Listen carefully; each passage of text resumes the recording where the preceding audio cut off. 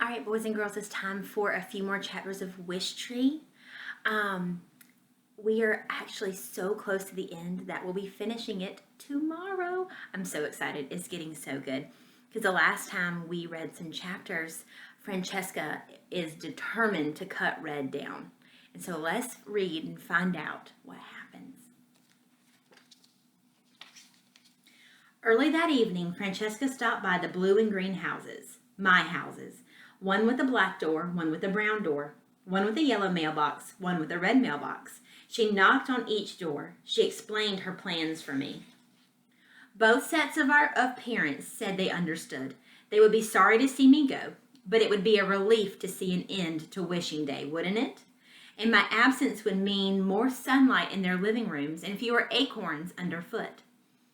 Okay, at least let me make a deposit on the parents, Bongo grumbled. More sunlight? The nerve. How about less oxygen, people? Less beauty? Thank you for defending me, Bongo, I said, but no depositing. Samar and Stephen were not so understanding. They ran after Francesca as she crossed the lawn. Samar pulled on her sweater. You have to listen to us, Samar said. You can't cut down the tree. I can't? Francesca inquired. And why is that, dear? Because, Stephen said, panting, it's alive. I'm quite aware of that, Francesca said. It's a common trait of trees. She paused, peering down at the ribbon around Samar's neck. Why, I know that key, she said. I recognize the ribbon. A crow gave it to me. No kidding? Smart birds, crows. Samar slipped the ribbon over her head and handed the key to Francesca. Oh, I don't want that old thing, she said, giving it back. You can keep it. It just made me remember. It's not important. It opens a diary. My great-great-grandmother Maeve kept a journal after she moved here. So that's what it's for, Samar said. Where is it, Stephen? The journal? Attic, maybe? Or, no, it's probably in the shed behind Samar's house. Got a lot of old family stuff stashed away in there. She gave a wry smile. Unless it all floated away. Backyard's pretty wet right now, which, by the way, is one of the reasons it's time for this tree to say goodbye. Samar wiped away tears. You don't understand. This tree, it's almost like it's human. That's sweet, Francesca patted Samar's head. But honey, it's just a tree. She squared her shoulders. Now, I must go feed Lewis and Clark. I can hear them complaining from all the way over here. And I've got a busy day ahead of me tomorrow. As she moved to leave, Stephen stepped in front of her. Before you go, he said, his voice firm, just listen. He turned to me. Say something, he instructed. Please, Tree, Samar pleaded. I kept silent. What more was there to say? Francesca looked from Stephen to Samar and back again. Children, she said, perhaps these video games you like to play have addled your brains. Talk, Tree, Stephen said. Silence. It can talk, Samar told Francesca. Real words. It told us a story about Maeve. Francesca, for just a moment, hesitated. She looked at me. You mean metaphorically, of course. The tree seemed to talk to you. The leaves whispered and so on. It told us about the hollow and the baby. Francesca blinked. The baby. Yes, Samar said. The abandoned baby. Again, Francesca paused. Of course, I've told that family story before. You probably heard it from a neighbor. Stephen shook his head. We heard it from the tree. Oh my, said Francesca. She waved a hand in front of her face. You're wearing me out, you two. I'm so very glad my parenting days are behind me. Listen here, you get a good night's sleep, understand? Or maybe some counseling. As quickly as she could, Francesca made her way across the lawn, her shoes caked with mud. Francesca, Stephen called. It's just a tree, dears. Repeat after me. It's just a tree. I was wondering if we could look for that diary. She glanced over her shoulder. Maeve's journal?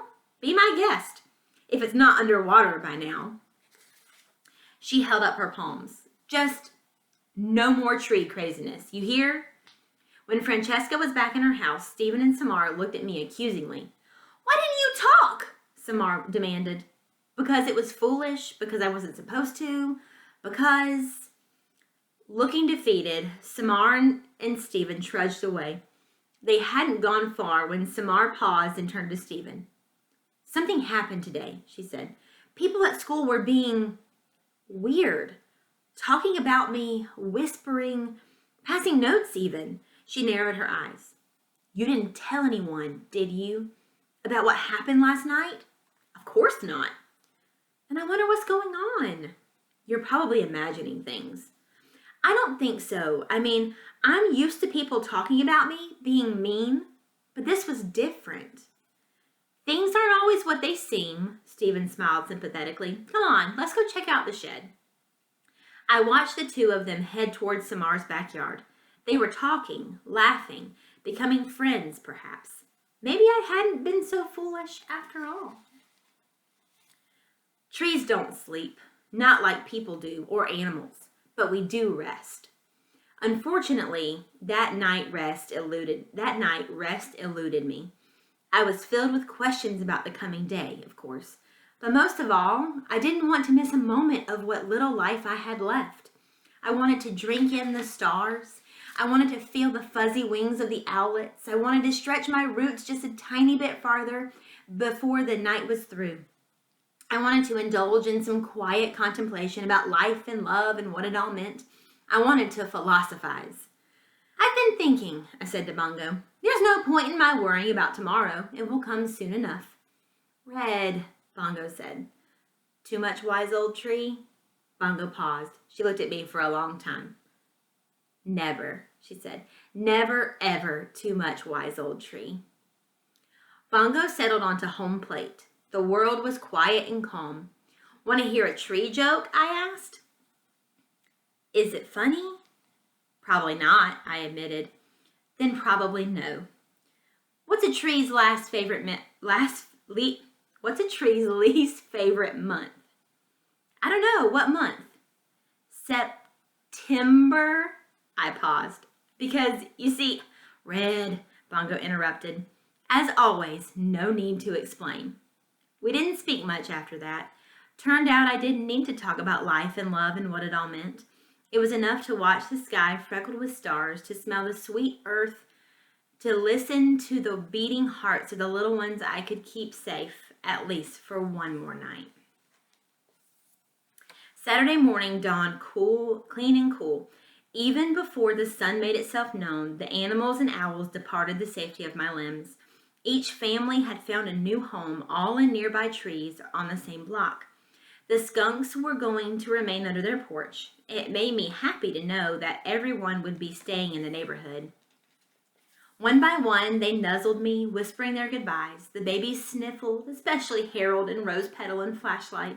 The parents tried to put on brave faces, but their trembling voices gave them away. It was awful, but I was glad to get it over with. I've always hated goodbyes. Bongo, for her part, insisted on staying with me to the bitter end.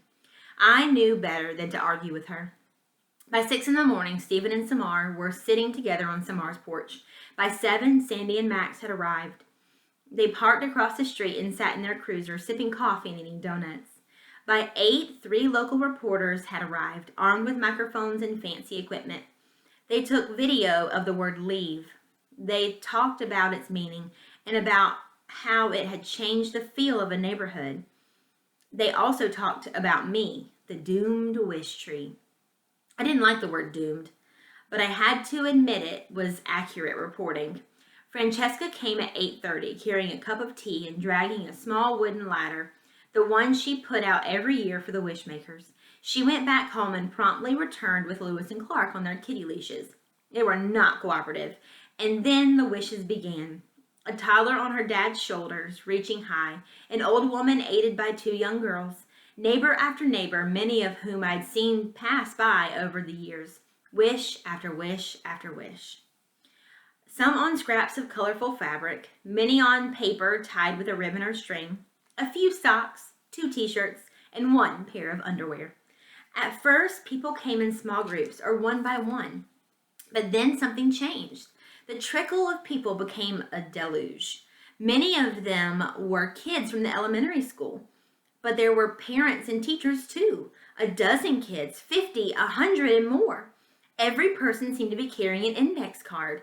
Each card had a hole punched in it with a piece of string looped through the hole.